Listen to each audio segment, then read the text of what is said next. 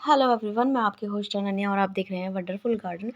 ये देखिए दोस्तों, ये है हमारा स्वीटलाइज़म का प्लांट। अभी भी आपके गार्डन में कुछ-कुछ प्लांट फ्लावरिंग कर रहे होंगे, लेकिन बहुत सौ के प्लांट जो गार्डन में प्लांट हैं वो सूख चुके होंगे।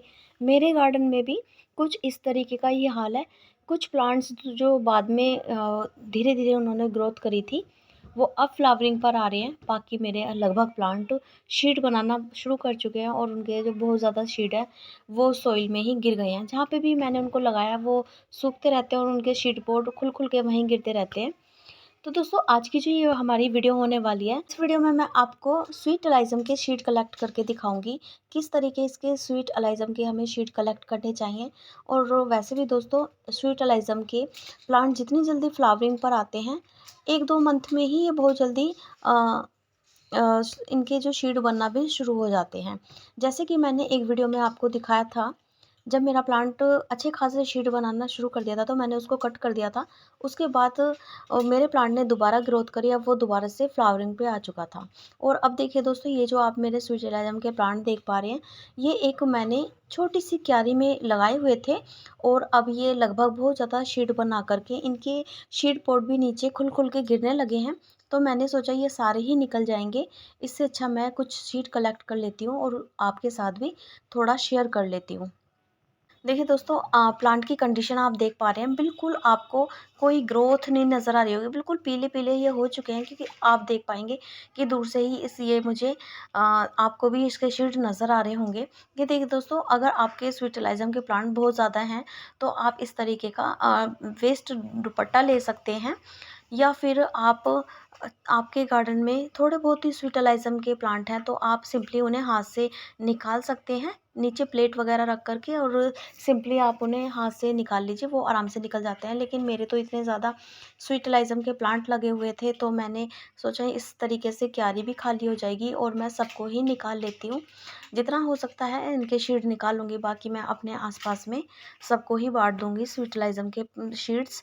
क्योंकि दोस्तों, इतने सारे शीड निकलेंगे, मैं भी इतने सारे शीड का क्या करूँगी। और मेरे पास, मैं हमेशा बताती हूँ, एक वाइट कलर के ही स्वीटलाइज़म है और ये मैं पार्क से लेकर के आई थी। मैंने ये कभी भी परचेज़ नहीं किए। आप भी इस तरीके से लास्ट में जब प्लांट शीट बनाने लग जाता है, ख़ासकर अप्रैल के समय में आप देखेंगे कि पार्कों में भी सब फ्लावरिंग के प्लांट्स लगाए रखते हैं और वो अप्रैल तक खूब अच्छे शीट बनाने लग जाते हैं। आप वहाँ से भी कलेक्ट कर सकते हैं। और ये देखिए दोस्तों, सबको ही मैं एक साथ जितने भी मेरे प्लांट्स हैं सबको निकाल करके मैं सिंपली एक दुपट्टे में रखती जा रही हूँ अभी तो। और अगर आप इनके दोस्तों इस तरीके से शीड नहीं निकाल सकते, तो ऊपर की जहाँ-जहाँ यहाँ पे शीड होते हैं, सिंपली आप इनकी टहनियाँ भी काट-काट के रख सकते हैं। दोस्तों, मैं आपको एक चीज़ और बताती हूँ, जब भी कभी आप इस तरीके से सीड कलेक्ट करें, तो आप कुछ दिन पहले ही अपने प्लांट की सॉइल में पानी देना आप बंद कर दीजिए। क्योंकि देखिए, मिट्टी जैसे ही मैं प्लांट निकाल रही हूँ, तो वहाँ पे हल्का-सा मैं क्रश कर रही हूँ मिट्टी को, तो मिट्टी वहीं पे निकल जा रही है। अगर इसमें नमी बनी रहती, तो नमी के साथ मतलब अगर मिट्टी में नमी होती तो मिट्टी प्रॉपर आ जाती और मैं कितना भी उसको निकालने की कोशिश करती, थोड़ा बहुत वो रह ही जाता। तो आप इस तरीके से कुछ दिन पहले ही आप पानी देना बिल्कुल बंद कर दें, तो आपकी जो प्लांट है वो आराम से ही निकल आएँगे। तो अभी भी इसमें मैं देख रही हूँ कि हल्का-हल्का सा ग्रीन कुछ लग रहा है मुझे, जैसे कि शीड हैं, कुछ पके नहीं हैं और कुछ पक चुके हैं।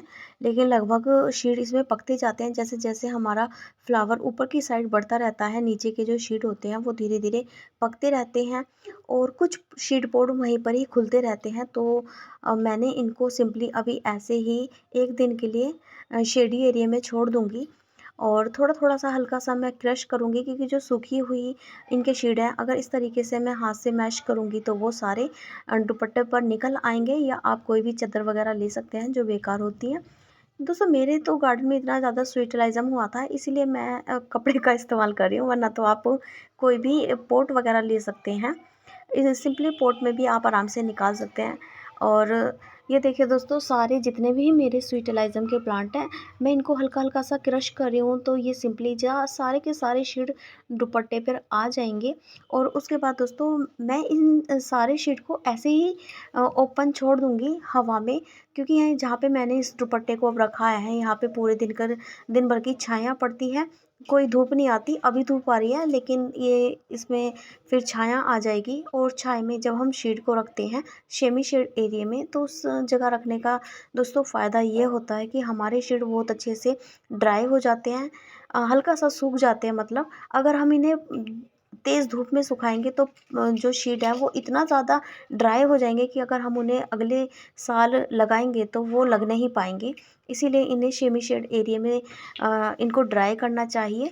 और वैसे भी दोस्तों आप कोई भी शीट सुखा कर ही अपने एयर टाइट कंटेनर में रखें, क्योंकि अगर शीट में थोड़ा सा भी मॉइस्चर रह जाता है तो उनमें फंगस लगने के सबसे ज़्यादा चांस बन जाते हैं।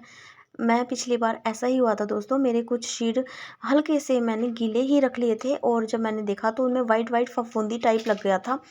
इस तरीके से मेरे वो सारे ही शीट ख़राब हो गए। और इस बार देखिए मेरे गार्डन में लगभग बहुत ही कम प्लांट हुए थे, जितने हमेशा मेरे रहते हैं। लगभग मेरे बहुत सारे शीट ख़राब हो गए थे, इसलिए वो गलती आप ना करें जो गलती मैंने करी है। दोस्तों क्या होता है ना, गार्डनिंग में हम काम करते करते ही सीख पाते हैं कि हाँ, ऐसा नहीं है कि हमसे गलतियाँ नहीं होती, हमसे भी गलती हो जाती है। तो मैं नहीं चाहती कि जो गलती मैंने करी उसका भुगतान आप भी करें।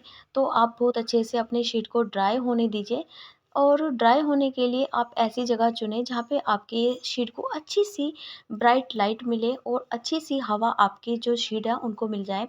अगले दिन जब आप नेक्स्ट डे देखेंगे तो जो आपके शीट होंगे वो बिल्कुल ही ड्राई हो चुके होंगे। चाहे तो फिर आप उन्हें कलेक्ट करके आप एयर टाइट कंटेनर में रख सकते हैं। उससे पहले दोस्तों आप इस चीज़ का भी खास ख्याल रखें, ड्राई होने के बाद जब भी आप शीट को रखें तो शीट को या तो आप हल्दी में मिला कर के रखें, मतलब उनमें हल्दी मिक्स करें, या आप कोई भी राख डाल करके अपने शीट को रख सकते हैं, या कोई भी फंजीसाइड, अगर आप फंजीसाइड लगाना चाहते हैं तो हल्का सा फंजीसाइड छिड़क करके भी अपने शीट को रख सकते हैं। इससे दोस्तों आपके शीट इस तरीके से ही बने रहेंगे। जब रेनिंग सीज़न आता है तो दोस्तों कंटिन्यू बारिश होने के चक्कर में, और हमेशा घरों में भी आपने देखा होगा नमी बनी रहती है, नमी की वजह से ही हमारे शीट ख़राब हो जाते हैं। चाहे तो आप कोई भी पॉली पैक ले लीजिए, पॉली पैक लेने से पहले भी आप ये देखिए कि वो गीली तो नहीं है, बिल्कुल ड्राई हो तभी आप उसमें अच्छे से रखें। दोस्तों मैं तो यही कहूँगी कि किसी कागज़ में अच्छे से कागज़ में लपेट करके फिर आप किसी पॉली पैक में रखें, या फिर कोई एयर टाइट कंटेनर ले लीजिए, या फिर कोई आप इस तरीके की पॉली पैक ले लीजिए जिसमें आपकी शीट बिल्कुल भी ख़राब ना हो, जिसमें हवा पास बिल्कुल भी ना हो। आपके यहाँ देखा होगा दोस्तों छोटे-छोटे से, जिनमें हम अमेज़न से शीट मँगाते हैं उसमें छोटी-छोटी जो पॉली पैक्स आती हैं, मैं उन पॉली पैक्स की बात कर रही हूँ। आप उन्हें भी यूज़ कर सकते हैं। लेकिन दोस्तों आप देख पा रहे हैं मेरे पास इतने सारे शीट हैं, मैं कहाँ तक उनमें रखूँगी, इसलिए मैं अपने सिंपली अखबार में लपेट करके अच्छे से हल्दी वगैरह मिला के, और मैं इन्हें एयर टाइट कंटेनर में या किसी पिन्नी में रख दूँगी। दोस्तों शीट देखिए, इसमें जितने भी आपको पीले-पीले नज़र आ रहे हैं, ग्रीन और वाइट कलर का जो पार्ट होता है वो तो हमारे प्लांट का ही है, लेकिन इसके नीचे जब आप देखेंगे, मैं हल्का सा कैमरा ज़ूम करके आपको दिखाऊँगी, तो आप देखेंगे वही इनके शीट होते हैं, बहुत बारीक शीट होते हैं। और ये देखिए दोस्तों, ये अगले दिन की मैं आपको वीडियो दिखा रही हूँ। दोस्तों नेक्स्ट डे जब मैं टेरेस पे आई तो देखा मैंने कि मेरे जितने भी शीट थे सब में ही चींटियाँ बहुत ज़्यादा लगी हुई हैं। और मैंने जब बहुत गौर से देखा तो देखा कि वो सभी मेरे सारे शीटों को उठा करके ले गईं। आपको मैं दिखाऊंगी कि इतने ज़ूम करके दिखाऊंगी कि आपको दिखेगा कि जो चींटी है, चींटी के मुंह में येलो कलर का शीट है। देखिए इतनी सारी लीफ पड़ी हैं, इतनी सारी शीट के कवर पड़े हैं, लेकिन उन्होंने उसे बिल्कुल भी टच नहीं किया, शीट को ही उन्होंने उठाया। चलो कोई बात नहीं दोस्तों, कम से कम हमारी इतनी मेहनत इनका पेट भरने के काम आई। मुझे बहुत खुशी है, क्योंकि मुझे दुख नहीं है इस बात का, क्योंकि ऑलरेडी मेरे गार्डन में इतने सारे अभी भी स्वीटलाइज़म है, मैं उनसे कलेक्ट कर लूँगी।